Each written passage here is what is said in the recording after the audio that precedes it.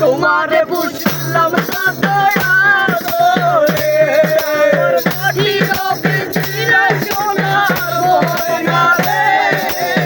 তোমারে বুঝলাম না আব্দুল করিম বেবে বইনা তোমারে বলি পাগলার জীবন ধন্য হইছে পাগলিরে না পাইছে আশা যাওয়া দিবারাতি ঘরে বাহিরে আশা যাওয়া দিবারাতি ঘরের বাহিরে তোমারে বুঝলাম না